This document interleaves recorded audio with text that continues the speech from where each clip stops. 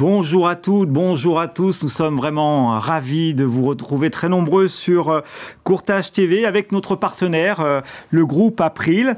Aujourd'hui, vous l'avez vu, notre sujet concerne les dommages de niche, un sujet qui concerne tous les courtiers, absolument tous les courtiers. Et nous allons parler du développement, du potentiel et des offres liées au courtage de niche. Dommages de niche, dommages de niche, de vraies opportunités business pour tous les courtiers. Et le titre de notre émission de ce soir. Nous avons le plaisir de recevoir Marc-André Dupont. Bonjour. Bonjour Jean-Luc. Marc-André, vous êtes DGD, directeur général délégué en charge du pôle dommages du groupe April, c'est bien cela? C'est bien cela. Fanny Laluc, bonjour. Bonjour Jean-Luc. Vous êtes directrice générale d'April Moto. C'est exact. Et puis sur ce plateau, nous avons aussi le plaisir de recevoir Mehdi Zouiten. Bonjour. Bonjour. Vous êtes président du cabinet Vitalis Assurance, c'est bien ça? C'est bien ça. Alors, les marchés de niche constituent depuis de nombreuses années un véritable relais de croissance pour les professionnels de l'assurance dommages et tous les distributeurs. Mais qu'en est-il exactement pour le courtage de proximité? C'est la question que nous allons nous poser aujourd'hui. Est-ce un marché de spécialistes ou pas? Quel peut avoir ces marchés de niche sur votre impact en termes de business? Nous allons tout de suite le voir. Dans un premier temps, Marc-André, on va quand même faire un panorama des dommages de niche. Mais avant cela, pouvez-vous nous présenter l'activité d'April en matière de dommages de niche pour les courtiers qui ne la connaissent pas vraiment?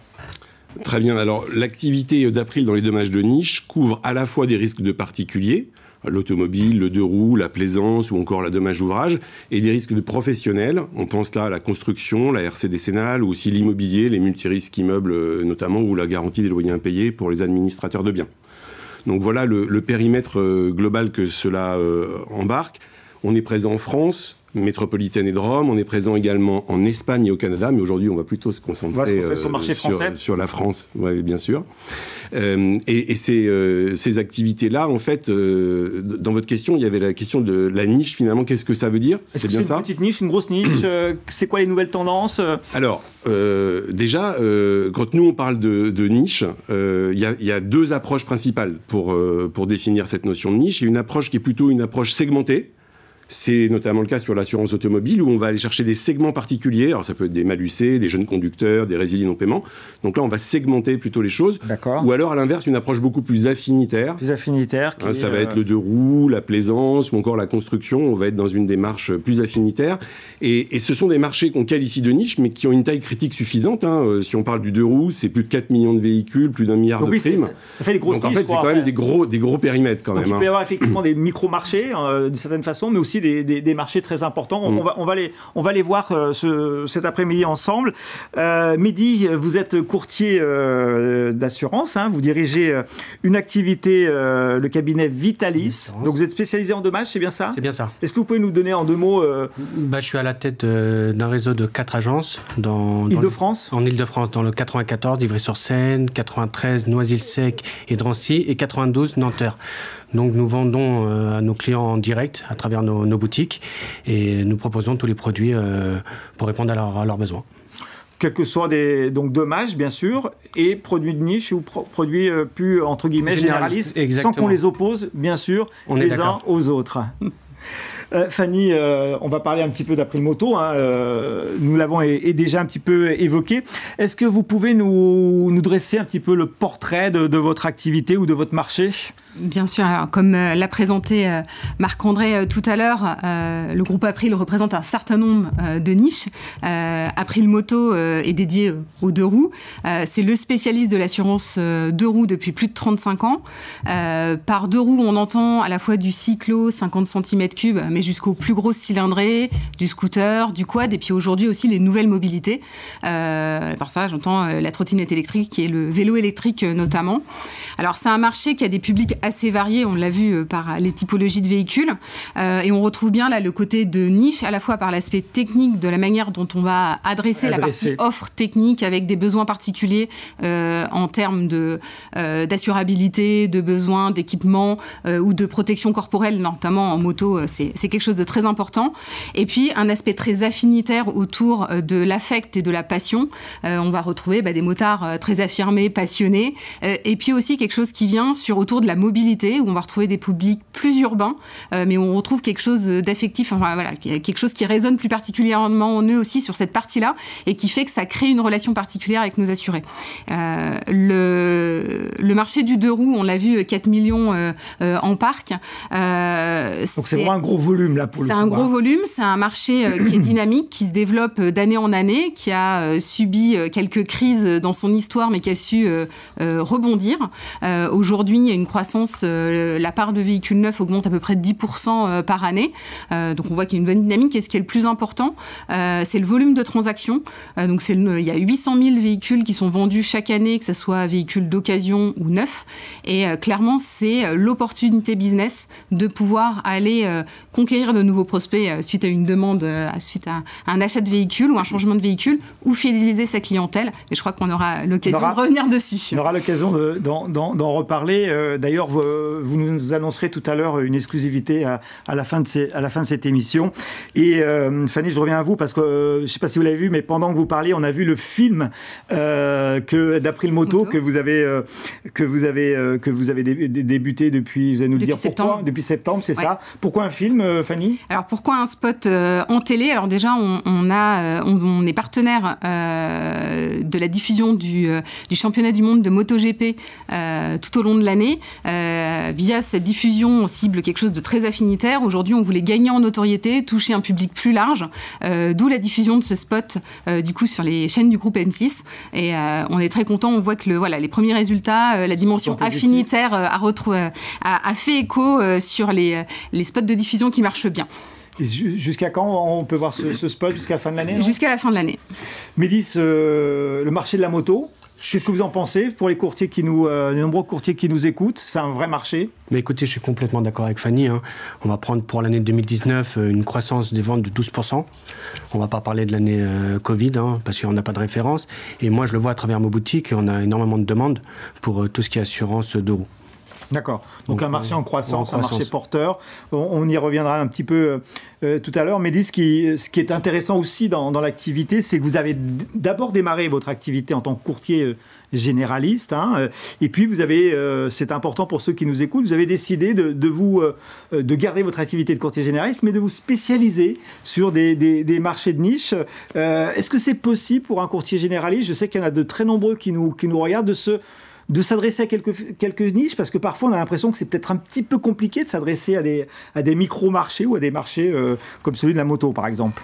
Non, c'est pas du tout compliqué. Moi, quand on a commencé, j'étais comme tout courtier généraliste, et à partir de là, on s'est rendu compte qu'il y avait des clients qui passaient nous voir et qui nous demandaient des assurances où on pouvait pas répondre à cette demande. Donc quand on peut pas répondre à cette demande, malheureusement, c'est que on a la possibilité de perdre ce client-ci par la concurrence. Donc à travers April et les propositions qu'ils font, donc on peut répondre à toutes leurs demandes à travers les niches de bateaux par exemple ou de motos. Donc on peut répondre vraiment à toutes les demandes des clients. C'est-à-dire que vous n'avez pas besoin d'être un expert du sujet de la construction, de l'immobilier, de la moto, de la pêche ou je ne sais quoi, ou de la plaisance? Non, pas du tout. Les outils mis en place informatiquement nous facilitent la souscription et le renseignement auprès de nos prospects. Et pour votre activité commerciale, en fait, c'est vraiment nécessaire d'avoir une panoplie complète pour ne pas laisser partir, ce que vous disiez tout à l'heure, d'avoir des trous dans la raquette en termes de garantie et laisser partir vos clients ailleurs. On est bien d'accord. C'est bien ça C'est bien ça, défense du portefeuille. Marc-André, vous voulez rebondir sur ce que vient de dire Mehdi? Je trouve que c'est intéressant en effet parce qu'on n'oppose pas la dimension courtier généraliste, courtier spécialiste. En fait, tout ça, c'est une approche assez globale.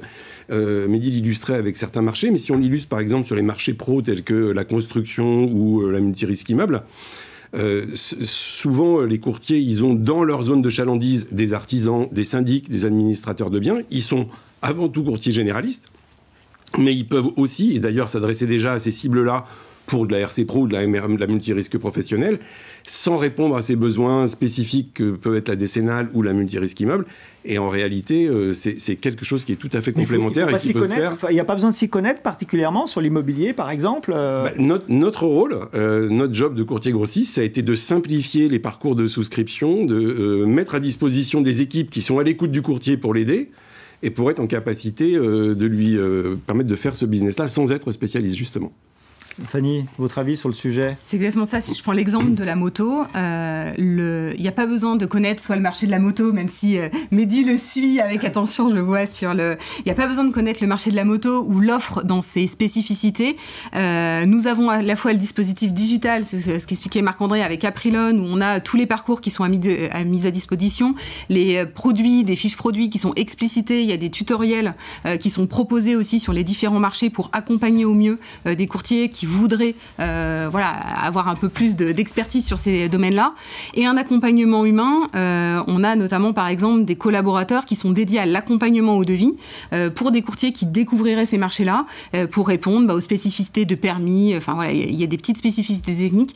Notre but, c'est vraiment de simplifier l'approche, d'être là pour les courtiers et qui sont concentrent en fait finalement de pouvoir accompagner leurs clients, répondre aux prospects ou fidéliser le portefeuille en les multi-équipements. Et c'est très concret en fait, l'apport d'April, c'est effectivement d'apporter des services très concrets pour permettre aux courtiers de se développer sur ces niches. C'est ça, c'est vraiment de répondre à ces deux parties avec un aspect très digital pour que ça soit très simple et puis finalement apporter un peu de matière pour avoir un peu plus finalement de connaissances au fur et à mesure et faire un peu plus après de contrats auto comme donc chaque courtier peut s'y mettre très rapidement en fait, c'est ça un peu l'idée. Alors chaque courtier peut s'y mettre rapidement, en tout cas il peut essayer facilement. Il peut essayer facilement et se rendre compte par lui-même des outils qui sont mis à la simplicité qui est mise à disposition. En fait, je pense que c'est vraiment l'élément clé. Marc-André, justement, j'aimerais revenir sur ce que nous disait Mehdi tout à l'heure sur la nécessité de fidéliser et de multi-équiper en fait ses clients et puis surtout de ne pas les perdre si on ne le propose pas. Qu'est-ce que vous en pensez? Alors, je pense qu'en effet, c'est une nécessité. Je pense que... Le courtier n'a pas le choix, de toute façon, aujourd'hui, ici. Alors, c'est sûr qu'acquérir un client coûte plus cher que de le conserver. Donc, le multi-équipement est un élément de fidélisation. Donc, je pense qu'effectivement, on peut se dire qu'il n'a pas le choix. Mais c'est plus difficile pour moi de répondre pour savoir s'il a réellement le choix. Ce que je constate quand même dans les chiffres, c'est qu'aujourd'hui, il y a visiblement un vrai intérêt. Puisque aujourd'hui, c'est 8000 courtiers environ qui travaillent avec April sur des niches dommages. Souvent d'ailleurs sur plusieurs niches. Et puis au-delà du dommage, ils travaillent aussi avec April en santé, en prévoyance, en emprunteur, en santé internationale. Donc Fanny citait Aprilon, cet outil qui donne accès aux courtiers à l'ensemble des offres April, pas uniquement aux offres de dommages de niche, à l'ensemble des offres April, bien évidemment. Et je pense qu'effectivement, quand on voit ces chiffres-là, c'est qu'il y a un réel intérêt pour le courtier de le faire. Est-ce que ces marchés de niche, de dommages, on est sur le dommage là ce soir, aujourd'hui, est-ce qu'ils sont en croissance, est-ce qu'ils sont en développement d'un point de vue général? Alors d'un point de vue général, oui, on le constate. Il y a un seul marché qui probablement n'est pas cette année en croissance, c'est le marché de l'auto aggravé. Parce que c'est aussi lié au fait qu'il y a eu moins de circulation en 2020 pour des raisons évidentes, et donc moins d'aggravation de risque et un peu moins d'aggravation cette année, mais et on peut que s'en féliciter au fond, puisque c'est quand même des accidents en moins. Mais tous les autres risques sont en croissance et on voit c'est 1,5 million de personnes qui se présentent au permis de conduire chaque année. Et c'est en augmentation. Donc on voit que tous ces marchés, que ce soit le jeune conducteur, que ce soit le deux roues, on l'a cité, ou encore la plaisance, sont des marchés qui sont dynamiques et qui ne sont pas uniquement portés par le neuf. C'est ce que disait tout à l'heure Fanny. Ce qu'il faut regarder pour voir la dynamique du marché, c'est aussi les transactions en réalité. Et aujourd'hui, le marché, par exemple, de la plaisance, le neuf est en difficulté parce qu'il ne s'est pas construit de bateau pendant l'année 2020, mais les transactions sur le marché de l'occasion sont très importantes. Et c'est au moment de la transaction, souvent, qu'on remet en cause l'assurance et que ça crée une opportunité pour le courtier de proposer un contrat. Mehdi, vous travaillez-vous sur quel segment, sur quelle niche en particulier, sur vos 4 agences en Ile-de-France? Alors, je voulais revenir sur la question de tout à l'heure où c'était, pour un courtier, est-ce que c'était facile de travailler sur un produit de niche? À travers les outils, et je voulais rebondir sur ça parce que je le vis, c'est simple avec Aprilon, c'est qu'on a une équipe. Par exemple, on va parler de la moto, c'est-à-dire que si on a un souci, si on n'est pas formé, on ne maîtrise pas, on ne sait pas, vous savez, avec les centimètres cubes, c'est un peu compliqué quand on ne maîtrise pas. On a le digital qui nous aide, on a toutes les informations, mais on a aussi une équipe AMT où on les appelle et où ils nous accompagnent. Oui. Voilà, c'est pas que des tutoriels, c'est pas que des infos en ligne, etc. Donc, dès qu'on a une question, on les appelle et ils nous accompagnent dans la vente. Au bout de 2-3 ventes, le courtier, il s'adapte, il se spécialise dans le produit tout simplement. D'accord. Donc, sur quelle niche vous êtes spécialisé? Sur le dommage, oui, sur le risque aggravé. Risque aggravé, c'est-à-dire sur tout ce qui est malucé. Tout ce qui est tout ce qui est malucé, tout ce qui est risque aggravé malucé. Par contre, on l'a un peu évoqué tout à l'heure, l'immobilier. On a d'ailleurs fait il y a quelques mois une émission ensemble sur ce sujet. Aujourd'hui, sur ce marché Nice, qu'est-ce qu'on pourrait dire de spécifique? Alors, il y a deux choses, je pense, qu'on peut dire sur ce marché. D'abord, c'est qu'on est dans le money time sur ce marché, puisque ce sont beaucoup de contrats à échéance 1er janvier. Oui. Donc c'est le moment pour les courtiers d'être présents sur ces marchés, que ce soit les artisans du bâtiment avec la RC décennale ou que ce soit les syndics avec la multirisque immeuble. On a une vision claire de nos tarifs 2022. On a sur la RC décennale fait un gros travail cette année pour pouvoir baisser certains tarifs, notamment les primes minimum pour les créateurs, pour s'adapter aux besoins de ces nouveaux artisans qui se créent avec un petit chiffre d'affaires. Donc on a fait des efforts sur ce segment-là. Et puis sur la multirisque immeuble, on a mis en place un nouvel extranet cet été. Donc pour simplifier encore la vie des courtiers dans cette niche. Et on a une particularité chez April sur la partie immeuble, c'est qu'on est capable non seulement évidemment de tarifer des immeubles de toute nature, mais aussi d'analyser des parcs dans la globalité. C'est-à-dire qu'on est capable pour un syndic de regarder la totalité de son parc immeuble et de tarifer l'ensemble et pas faire du pick and choose en disant non, celui-là je le veux pas, il me plaît pas. Non, je vais le regarder dans sa globalité. Ça c'est une particularité d'April. Et je rebondis sur ce que disait Mehdi en disant quand on sait pas faire de la moto, on appelle. En fait, on a des équipes comme ça qui sont dédiées à chaque niche. On a des gens qui sont spécialisés de bateaux, des gens spécialisés dans le deux roues, des gens qui sont spécialisés dans l'immobilier. Ce ne sont pas les mêmes personnes, ce sont des gens qui vivent vraiment dans leur écosystème et dans leur environnement pour être capables de répondre efficacement aux courtiers. Et donc là, ils sont là pour répondre à toutes les problématiques et à donner des informations sur ces marchés dommages de niche. Alors, est-ce que, sincèrement, Marc-André, vous pensez qu'il y a de vraies opportunités pour les courtiers qui nous regardent en termes de business aujourd'hui sur ces marchés de niche que nous avons évoqués depuis tout à l'heure? Oui, alors il y a des vraies opportunités. On a parlé du deux roues évidemment avec Fanny et Mehdi. Je viens d'évoquer aussi la RC décennale et la multirisque immeuble, mais Mehdi parlait de l'auto. Dans l'auto, on a parlé des malucés, il y a aussi les résilients paiement, les sans antécédents. Il y a les jeunes conducteurs. On va lancer début d'année prochaine un nouveau parcours à destination des courtiers pour les aider à souscrire ces contrats. Un parcours unique où, quel que soit le profil du client, en fait, ça poussera la bonne offre. Il n'y a pas besoin de savoir est-ce qu'il est malucé, est-ce qu'il est ci ou est-ce qu'il est là. C'est un seul parcours et ça va simplifier. Et on va lancer aussi une nouvelle offre jeunes conducteurs. Alors, on est très sollicité par les courtiers sur les jeunes conducteurs. Je disais 1 500 000 permis chaque année. Une offre innovante en lien avec une appli mobile pour pouvoir suivre la conduite du jeune conducteur. Donc ça, on va dire premier semestre, avril 2022, une nouvelle offre aussi là-dessus. Et ça, c'est un vrai sujet de développement. Et puis, il y a un marché dont on a un peu parlé, qui est celui de la plaisance. J'allais y venir, justement. Alors, en plaisance, on a une expérience assez importante, aussi importante que celle qu'on a en deux roues, puisque on est le premier courtier en France sur l'assurance plaisance. Au-delà même des contrats d'assurance, ce que l'on a souhaité faire en plaisance, c'est aussi développer des vrais services. Parce que quand on est dans un bateau, c'est pas exactement la même chose que quand on est en voiture. C'est-à-dire qu'on est habitué, quand on est en panne en voiture, on descend de son véhicule, on met son petit gilet, on appelle la dépanneuse et on attend sagement en suivant le trajet de la dépanneuse sur son smartphone. On peut difficilement faire la même chose quand on est dans un bateau. Et donc là, des services d'assistance en mer, par exemple, sont des services qu'on propose avec nos solutions. Ce sont vraiment des éléments différenciants. On est très peu à le faire, ce genre de service sur le marché. Fanny, ça vous inspire ce que dit Marc-André, d'une certaine façon, sur ce qu'il dit sur la plaisance? Il y a beaucoup de proximité entre le marché de la plaisance et de la moto, à la fois parce qu'il y a un côté passion qu'on retrouve des deux côtés. La dynamique du marché, notamment sur la partie occasion, qui est vraie au-delà de cette année spécifique, on va dire les 2 années un peu spécifiques qu'il y a eu. Donc on a un peu les mêmes dynamiques de marché à des tailles différentes, mais ça se retrouve. Et puis il y a une vraie approche segmentée à l'intérieur des offres, comme on le retrouve globalement dans le secteur des dommages de niche. Mais vraiment d'adresser les besoins des clients, de trouver les offres et les services adaptés. Et clairement, April Marine, comme April Moto, on est en capacité de proposer aux courtiers des offres qui répondent réellement aux besoins de leurs clients, qui peuvent être variés. On a soit des petits bateaux, soit des plus gros. On a du 50 cm3 et des gros cubes. C'est pas les mêmes usages, c'est pas les mêmes options complémentaires qu'il faut leur proposer pour que ça réponde à l'intégralité de leurs besoins.